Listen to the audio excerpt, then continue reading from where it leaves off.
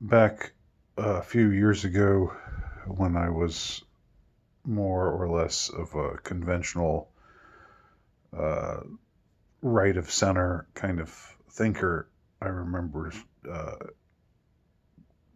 uh, believing that when I heard people talk about New World Order stuff, I thought, these paranoid fools talking about what are they talking about going on about New World Order? What is this New World Order? Who's uh, making reference to a New World Order? There's no plans to create a New World Order. It's all in their heads. And I was, just I was speaking for a lot of other people. You know, it was sort of the conventional wisdom when you heard the term New World Order. You thought kook, um, crazy person, paranoid person. I didn't know at the time that the phrase New World Order had been uttered many times by many powerful people, most uh, notably George Bush Sr., the president, who used this term several times, but probably the most famous or infamous time that he used it was on September 11th, 1990, when he was referring to how liberating Kuwait would make way for a new world order. And he used the phrase New World Order. He could have said anything else, or he could have said a bunch of things. He could have said, this will create peace and stability in the region, or, something much more generic. But he said this is paving the way for a new world order. Those were his very words. And right now, with the way that YouTube, just like everything, so many other things on the internet are being curated. Curated is a soft censorship, essentially, so that if you try to go somewhere and find something, you know, roadblocks are thrown up and you can't find the thing that you know is there somewhere. And maybe after a lot of digging, you eventually do find it, or maybe not. But it used to be you could type into the YouTube search engine, George Bush, New World Order, September 11th, 1990, and you would get that speech. Now you type those words into the YouTube search engine, and that's not what comes up. Not at all. They've hidden it. Um, and that's not paranoia. That's factual. That's what they have done. That's the steps that they have taken to hide this from people who are curious about it, people who are looking for it. So, I was wrong. I, like so many others, was dead wrong when I heard New World Order, and it made me think certain things about certain people just being crazy, being paranoid. When the New World Order was a phrase that had originated from official establishment, extremely powerful people. So now we've got much the same thing going on with the Great Reset. Um, Already you have, I ran across a story, and I'm trying to be on a news blackout mostly, but I'm still, going through my YouTube feed. I don't know why. I probably shouldn't be. And I'm still able to keep some things out, uh, a lot of things out of my transom, as it were. But I came across some some piece that was done by CBS saying, uh, you know, people are now blaming Joe Biden for conspiracy theorists now blaming Joe Biden for being a part of a of a so-called Great Reset. And there have been a couple of other places, establishment sources, where they try to cast aspersions on people who use the term the Great Reset, as if they didn't know that the term the Great Reset has been used by Klaus Schwab and other powerful, influential people. That very phrase has been used by these people. It was the title of a book a few years ago, and it was the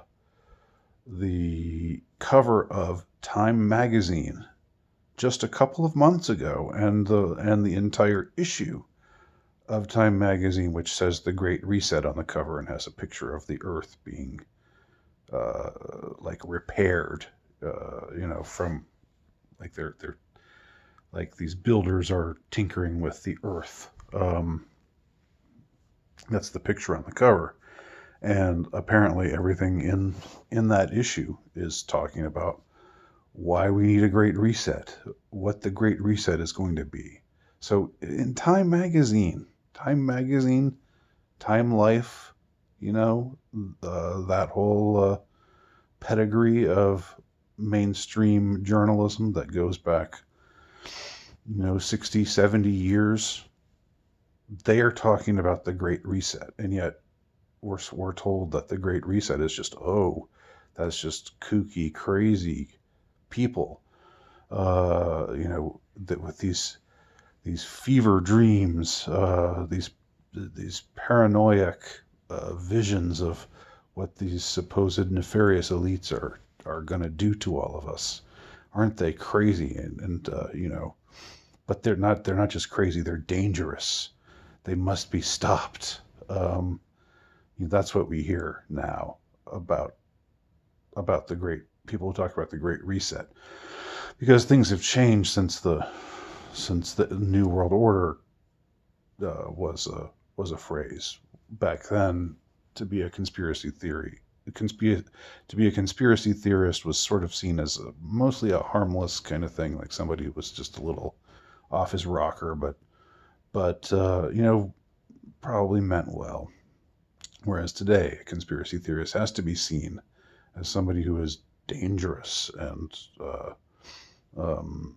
evil, and who is going to, if we don't crush him utterly and remove him from all outlets of media, he's going to wreak all kinds of havoc. That's what they're whipping up now against so-called conspiracy theorists. But it's just it's amazing the kind of disingenuousness that they are capable of. Saying, "Oh, the New World Order, you're crazy. You're so crazy to be talking about the New World. There's no or the Great Reset. There's no one. What's this business about the Great Reset? Where did you all pull that out of?" And meanwhile, it's on the cover of Time magazine, the Great Reset. But as I've said before, it's similar to, just this kind of doublespeak that they engage in from time to time. They've talked when they've talked about guns. It's often taken the same kind of these same kind of patterns have emerged, where they say, "Oh, you crazy, you gun nuts! No one wants to take your guns away. Why do you think people are trying to take your precious guns away? You can have your precious guns, you gun nuts." All kinds of aspersions are cast against gun owners, but they say, we just want to stop gun violence. We just want to pass sensible gun laws that'll prevent school shootings and things like that. But we're not going to take your guns away. And then, you turn around and find out that, in fact, what these sort of, the kind of people who use that kind of, who employ that kind of ridiculing rhetoric, that at the very same time they are saying, we think the Second Amendment doesn't really mean that you have a right to own a gun. And we don't really think, we think it's very instructive to look at all these other nations that don't have, where they don't respect gun rights. We should be more like them. But we're not taking away your guns. So you can't have it both ways, you know?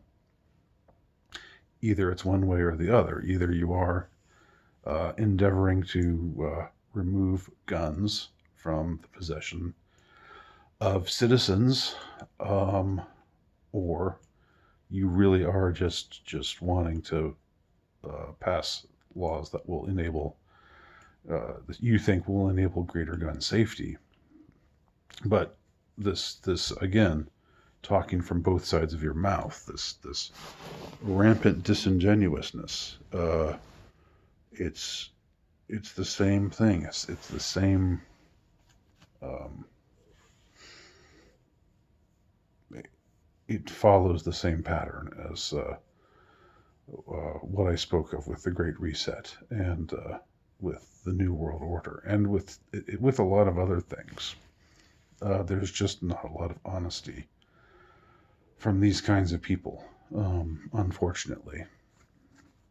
I wish I could give them an out. I wish I could say that they, because I don't like to just think that they are completely dishonest people. But when they talk this way, they are dishonest. And when it's people in the media who are talking this way, I think they know quite well what they're doing. All right. Thanks for watching. Andy Nowicki, altrightnovelist.com.